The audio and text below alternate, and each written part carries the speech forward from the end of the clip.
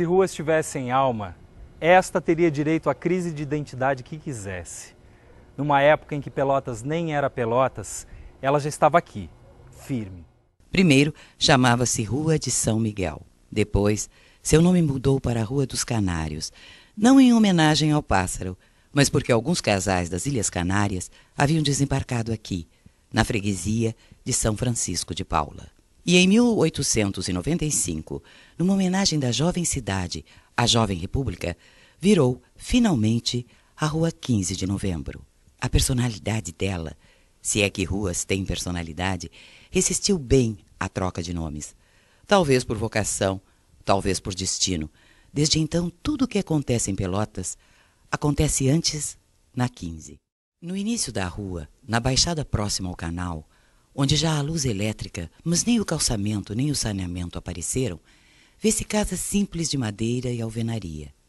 Ao subir-se a primeira rampa, à esquerda, o castelinho da 15, se imolando em câmara lenta, dói na alma e domina a paisagem. Que bastião a uma invasão moura daria aquele castelinho medieval caindo aos pedaços? Que desperdício! Na quadra, depois do castelinho, seguem-se residências que lembram como a 15 devia aparecer na primeira metade do século XX. São casarões imensos, de estilo impreciso, que refletem bem a saúde econômica da Pelotas daqueles tempos. Eu moro aqui na 15 de novembro há 44 anos. Quando eu vim para cá, era uma zona completamente calma, tranquila. Eu mantinha o portão aberto, sem nenhuma dificuldade, abria de manhã e deixava aberto o dia inteiro. E tinha uma coisa interessante. Quando a gente pegava táxi, ainda não tinha taxímetro, até a Benjamin era um preço. Para cá já não era a zona do centro, já era mais caro, porque essa quadra aqui já era considerada fora do centro. Aqui na minha casa, tive 7 filhos homens e uma menina, era uma casa que congregava todo mundo. E a zona toda, aqui de baixo, depois dos trilhos, tinha um time de futebol, e os meus também tinham time de futebol, que eu tenho um terreno grande, jogavam futebol aqui, era uma comunidade agradável, quer dizer que todo mundo se mantinha amigo, era tão distante do centro, que as pessoas vinham aqui para ver essa casa, para passearem. Era que muitas vezes essa zona do Porto era uma zona de passeio, de turismo, que mesmo a gente morando em Pelotas, a gente vinha para cá, quer dizer, porque o Laranjal era mais difícil de se ir, porque tinha ponte, tinha balsa, não tinha ponte. Então, para a volta aqui da zona do Porto, é que era o passeio que se fazia na cidade.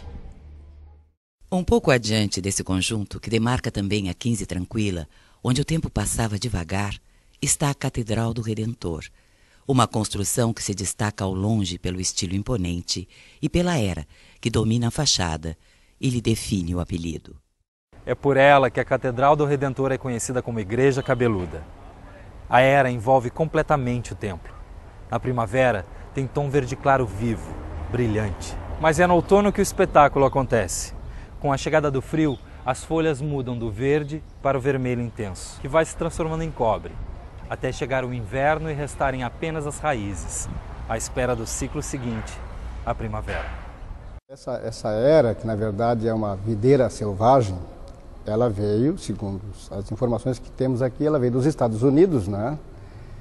Foi plantada aqui bem no início da construção, não sei precisar quando de fato plantaram, mas há uma fotografia num anuário aqui de Pelotas, que tem na Biblioteca Pública, de 1922, né, então, que comemorava o centenário da independência, e tem uma fotografia aqui desta igreja, já com essa planta, com essa era, mais ou menos pela metade, né, das paredes. Significa que, então, bem no início da construção, ele foi plantado aqui, né?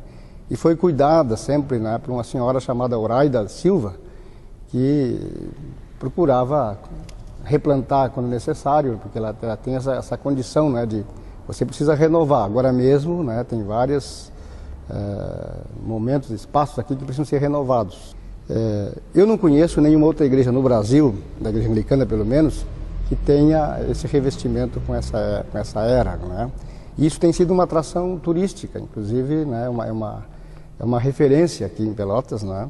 É um prédio referência porque muita gente vem para conhecer e aí acabam conhecendo por dentro também, porque ela é bonita por fora, mas também tem a sua parte interna, né?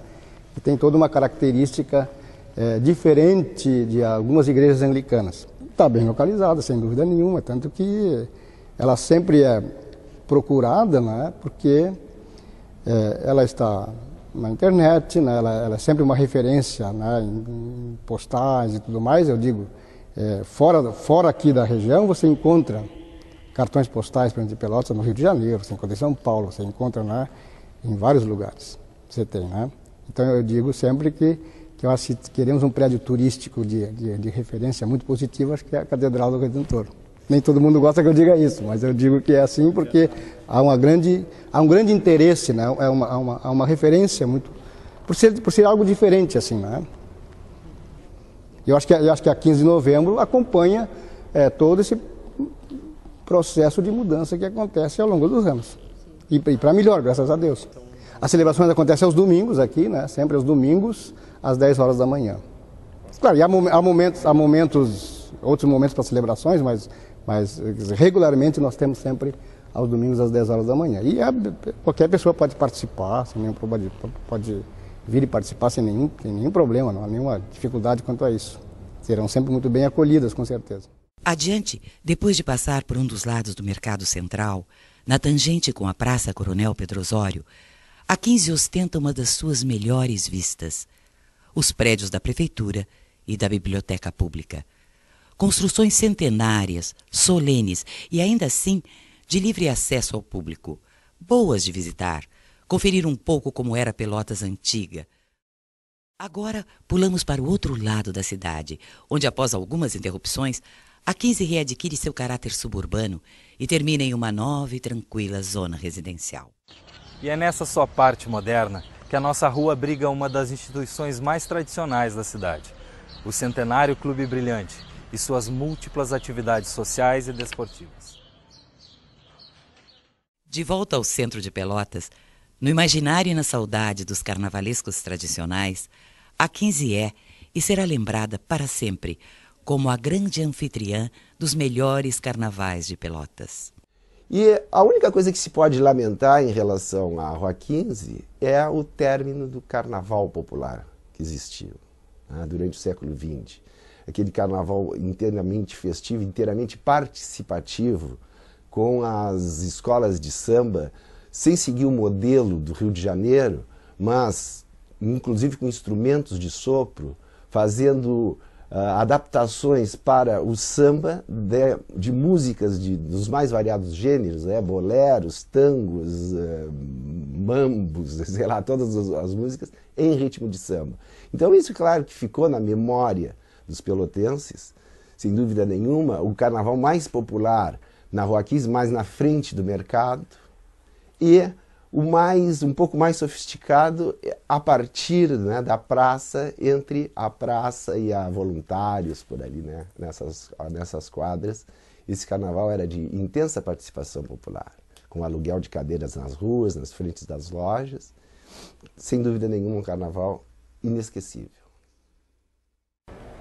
O tempo passa, a rotina acelera, a vida se apressa. Apesar disso, particularmente aqui, nesse recanto, no coração da 15 e da cidade, o lugar das grandes concentrações do passado, onde o pessoal festejou a chegada de Zeca Neto, a vida não desaprendeu o velho ritmo. Essa parte do entorno central, que se notabilizou pelos avanços urbanos do século XIX, gás encanado, iluminação pública, coletores de esgoto, e onde todos os bondes passavam perto, preserva o charme de antigamente até os dias de hoje. A 15 e seus eixos vitais: a esquina com a Voluntários da Pátria, o cruzamento com a 7 de setembro, seu encontro com a praça. A 15 e sua estrutura urbana de vanguarda, a dar o rumo, a definir a direção, É só olhar. Profusão de confeitarias, cafés, comércio, uma oferta gastronômica admirável. Livrarias, magazines ali ou ali perto. O mercado central nas suas barbas e os teatros a pouco mais de 100 passos. Hoje, na 15 Moderna, nada melhor representa o espírito da rua e os bons tempos do que o Café Aquários.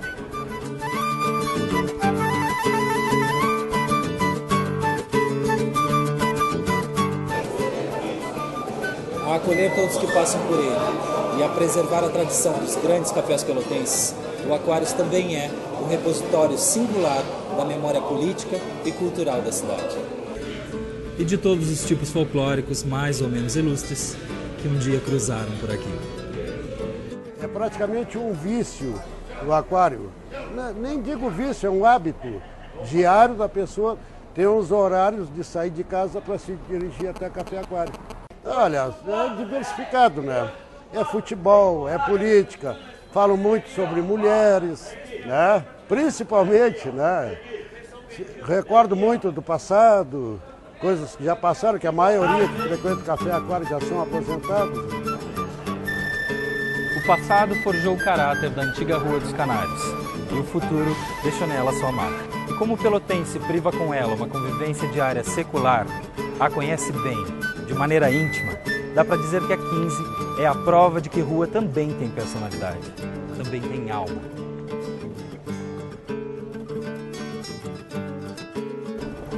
Ela dividiu as glórias e os percalços com a cidade ao longo dos últimos 200 anos. A rua e a cidade se completam como a raiz se integra à terra, como corpo e alma. A boa e velha Rua 15 de Novembro.